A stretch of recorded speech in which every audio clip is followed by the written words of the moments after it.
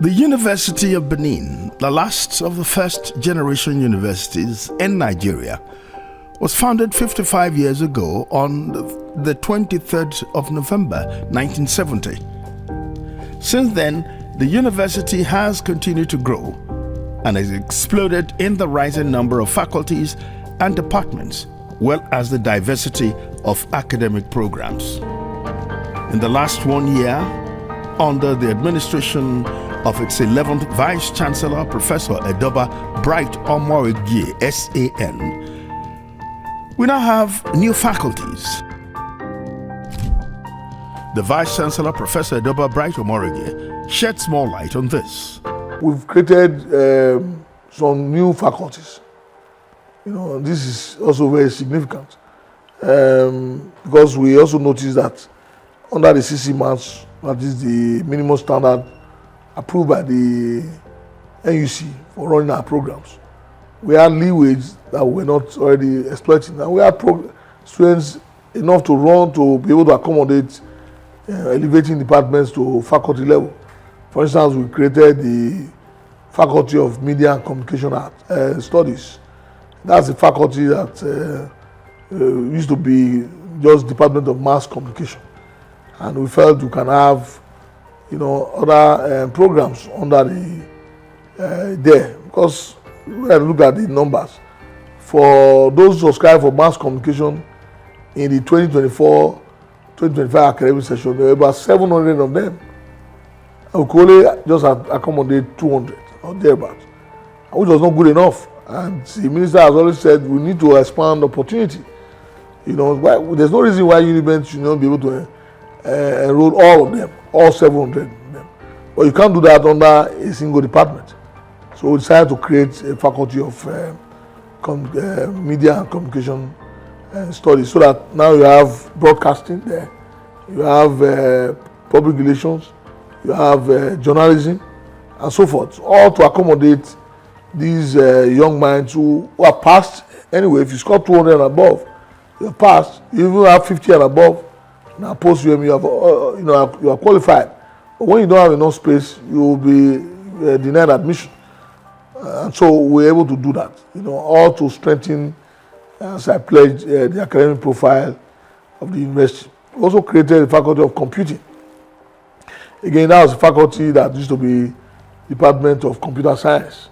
For many years, you had only just that for many, many years. We also have done a lot to reposition our Faculty of Veterinary Medicine.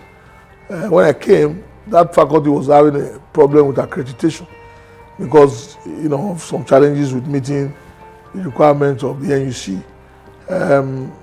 So we were able to quickly intervene, and then we invited the NUC to come back to look at our programs, and we got accreditation to run to continue with the program.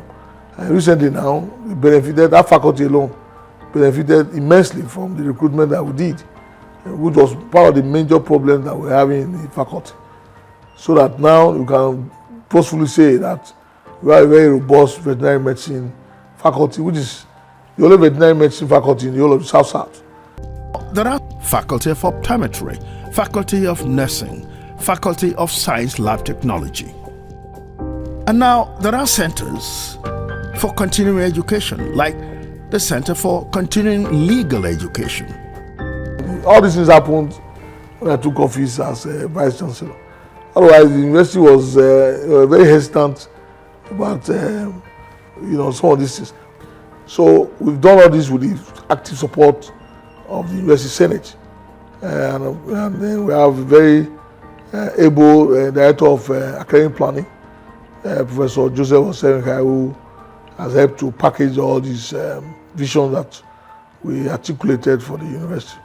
Something related, maybe it's important I will discuss this, which is creating centers. Again, towards ensuring that we're able to meet up with our pledge to build the capacity of the university, in terms of becoming a hub for capacity building. So we created the Center for Continuing Legal Education. And the purpose of creating that center is so that we can train, retrain lawyers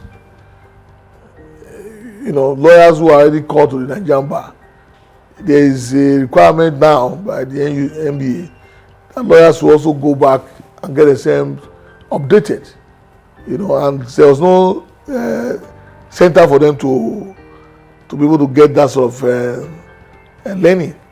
So we took advantage of that.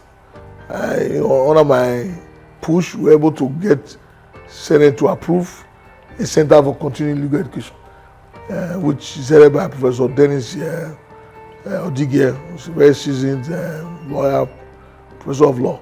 So that's where we are. We've tried to do all this so that we can justify why we are a university and 55 years old.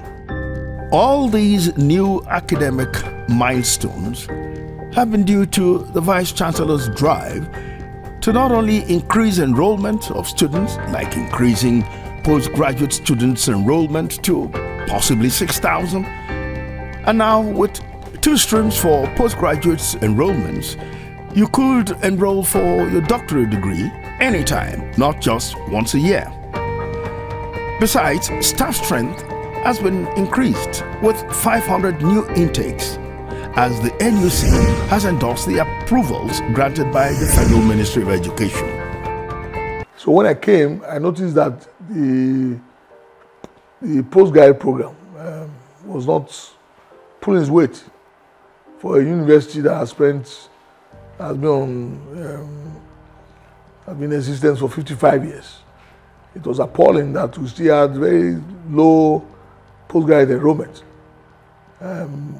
When I came, it was just about 1,000 thereabouts, and it wasn't good enough at all for me. And so what we did was to first set a calendar. If you don't have a calendar, you cannot say that you are running a postgraduate program. And Senate agreed with me that there was need for us to have a calendar. And so we set a calendar. The purpose of that is to know that you know when you start the postgraduate program and when you conclude it. So right now, everyone knows that the master's program in UNIBEN is 1 year and it will not spill over. Same thing, PhD program. 3 years, it won't spill over. It depends on you and your supervisor now, but for us, we have a clear calendar. So and that's very significant. And then we made sure that we were able to approve 2 streams for master's program, meaning that we enroll students into the program twice in a year. It used to be once in a year, and say no, that's not good enough. There's no reason why you cannot have postgraduate program running twice in a year at the master's class. For PhD, you'll be surprised. It's open-ended. If you go online and you want to apply for PhD in UNIBEN, you'll be allowed to enroll. And what that has translated into is that as the last count, we have over 6,000 PhD students within just about a year. Because I'm conscious that UNIBEN should go beyond being an undergraduate university, though a major postgraduate hub.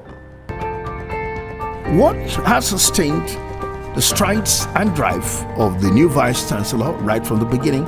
He set out his vision and mission clearly in what he terms a 5-point agenda, which he has been following meticulously as enumerated thus. First,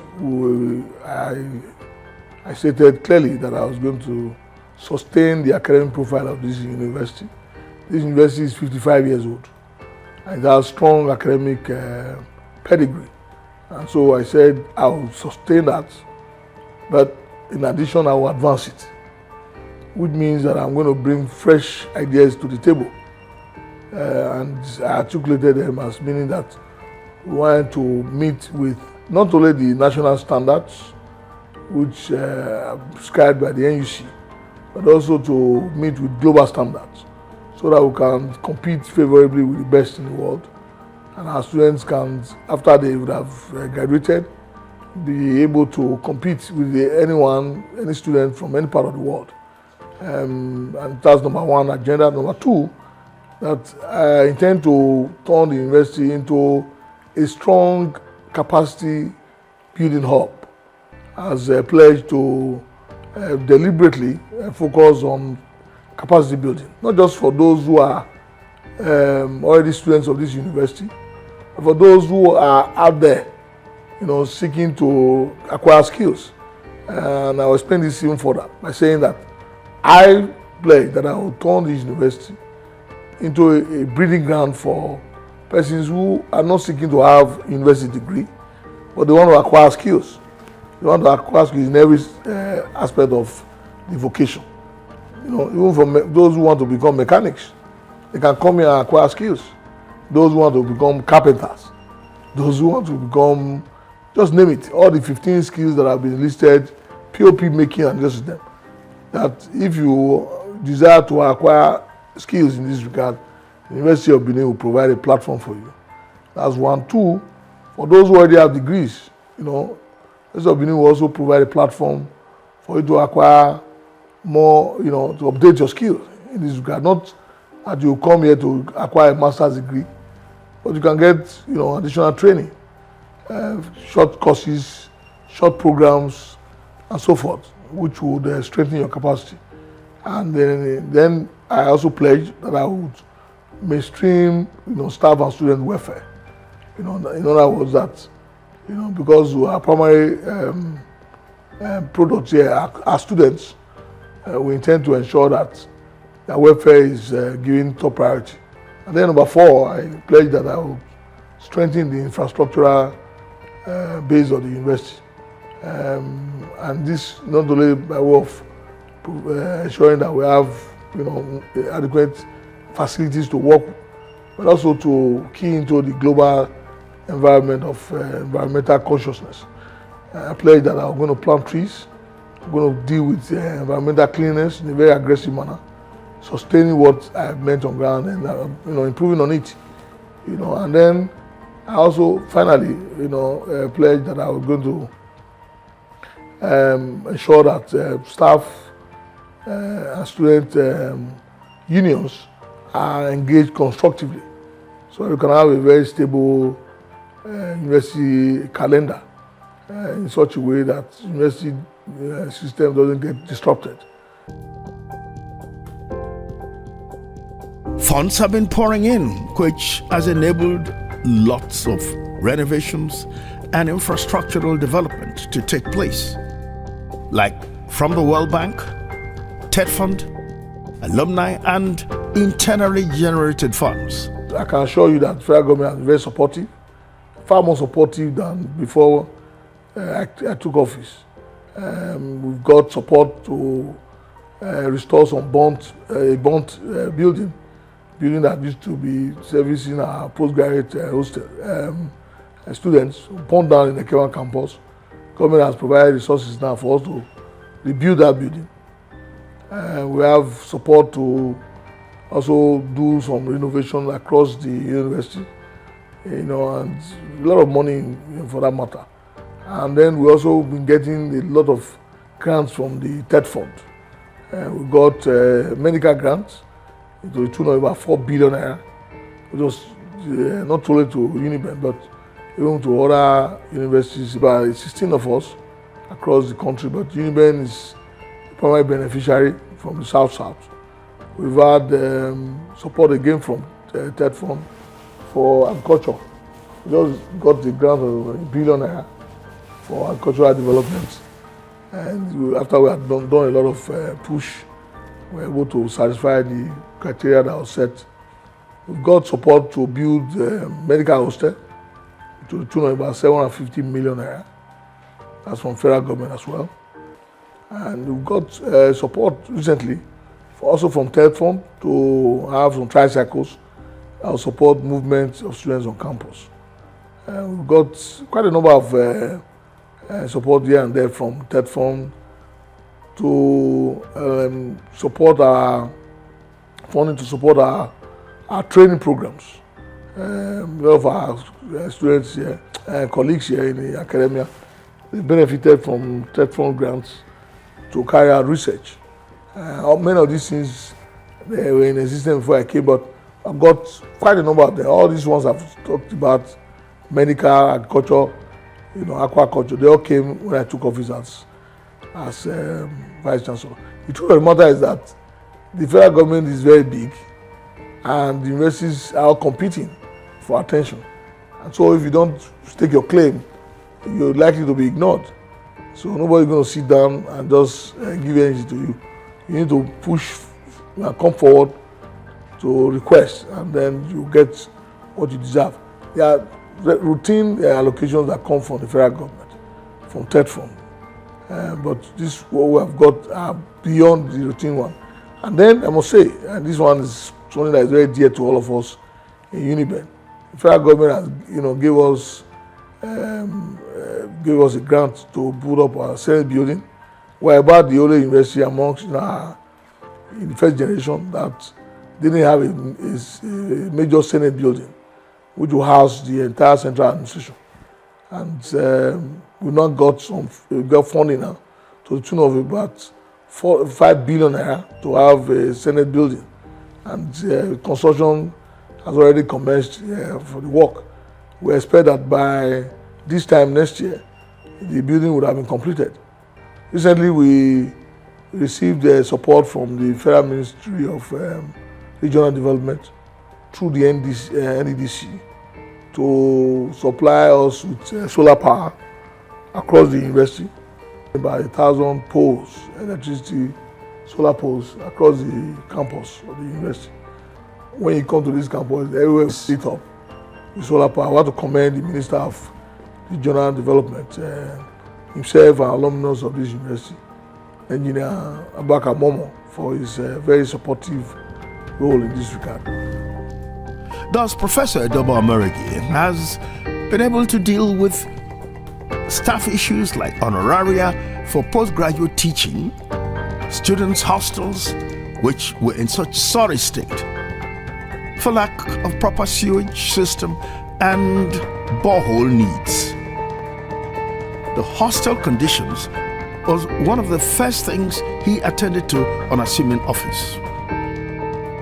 Staff development has been a top priority for the Vice Chancellor. He encourages staff to excel in terms of research and attending conferences, both locally and overseas. Lecture theaters that lacked chairs and lecturer offices that needed air conditioning are being addressed. And when I came, we had a very major problem where staff were not receiving their fair share who had participated in the postgrad program. They were not getting paid. And that was very bad because, at the end of the day, you have put in your work and then you're not getting your honoraria.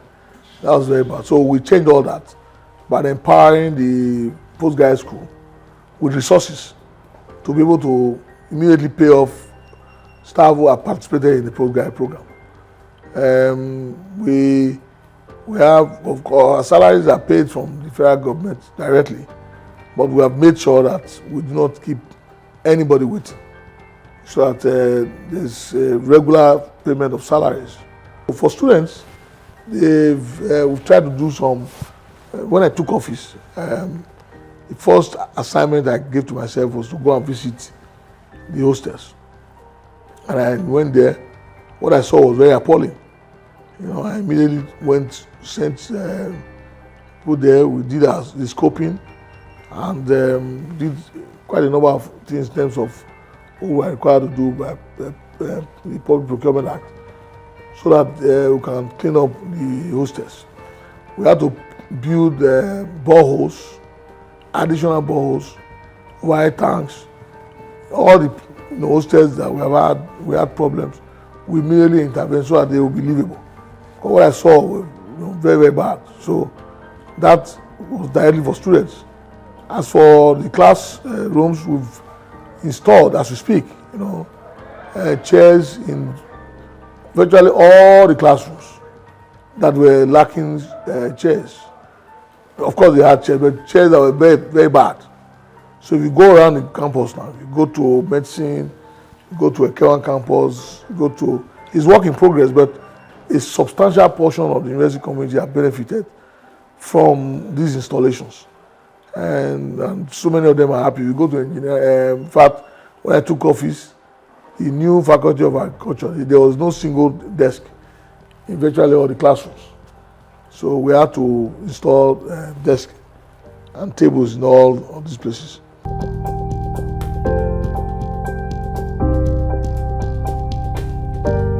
One of the earliest problems the new Vice Chancellor faced was the challenge of high electricity bills. The major challenge, I was just saying so just now, that I encountered when I took office is the huge electricity bill. That for me was a major challenge. And when I saw the bill, I panicked myself because I looked at the books and I saw that we didn't have the resources, to sustain the payment without me taking some innovative steps. So what I did was to audit the electricity consumption, and I discovered that there were a lot of gaps here and there. People were not paying their fair share, and then people were underpaying as well, and then people were outrightly stealing electricity. So in that they were not even paying just at all, and I think we were able to deal a decisive blow, reducing the bill by up to about 80 million. And that took some doing, and I want to commend those who were involved in doing the evaluation. Among the many new things you will find in the University of Benin is the TED Fund support for aquaculture, a new medical hostel, a rebuilt medical center with a new dental clinic, also new students' hostels, for which there is a PPP arrangement. Thankfully, Senator Daisy Danjuma has led the way with an ultra-modern hostel. Daisy Danjuma has been a major benefactor to this university. Herself and her distinguished husband, Gerard Danjuma, they've helped to, even before I came, to put up a lot of hostel facilities for us. They just completed one now. How I'm able to do that is straightforward, which is to engage. I mean, you go and ask. The good Lord says, if you ask, you shall be given. So we've actually done a lot of such engagement. Daisy is a Benin woman, and we're in Edo State. So she's my big sister. So I visited her, and thanked her for previous work done, previous generosity that she has extended to the University of Benin, and she has pledged to do even more. So that's, I want to thank her using this opportunity to seriously thank her for the wonderful gesture that she has extended to the University of Benin. One of the exciting things on the UNIBEN campus is the Energy Center, with support from NNPC and oil majors.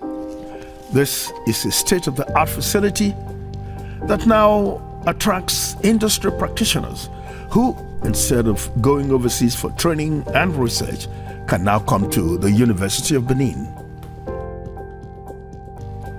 But what excites Professor Edoba Omoregie, the Vice Chancellor, very much is the Tinubu administration's NEL Fund program.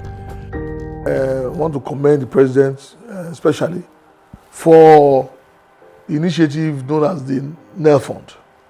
That is the Nigeria Education Trust Loan Fund. That fund has helped to ease, the burden on parents across the university. Even as we begin to continue to encourage those who do not have full knowledge of or are still hesitant to come on board. The last count, last academic session, over 6,000 students subscribed to NEL Fund.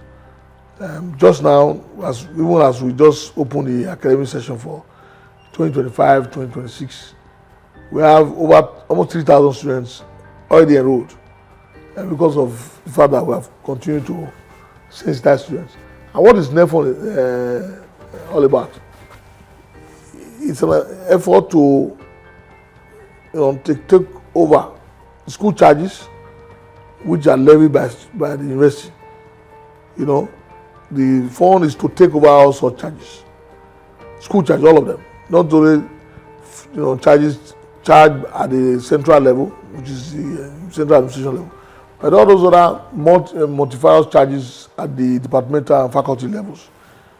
Federal government has decided that it will take on all these charges, and without even a cap, meaning that, and then you would only pay or repay those loans when you have graduated, of course, and you have secured gainful employment, which and you are capable of paying. So what that means is that instead of you being denied access to education, this fund will enable you not to bother about the problem of where do you get money to go to school. And then for that matter, you will be getting 20,000 every month, also from their fund to support you through school. So you know what that means. Some stakeholders in the university commented on the last 1 year since Professor Edoba Omoregie assumed office as Vice Chancellor. Mr. Bobola Ademola is the registrar of the university. I must say that the appointment of Professor Edoba B. Omoregie's son has brought a kind of relief to all stakeholders of the university.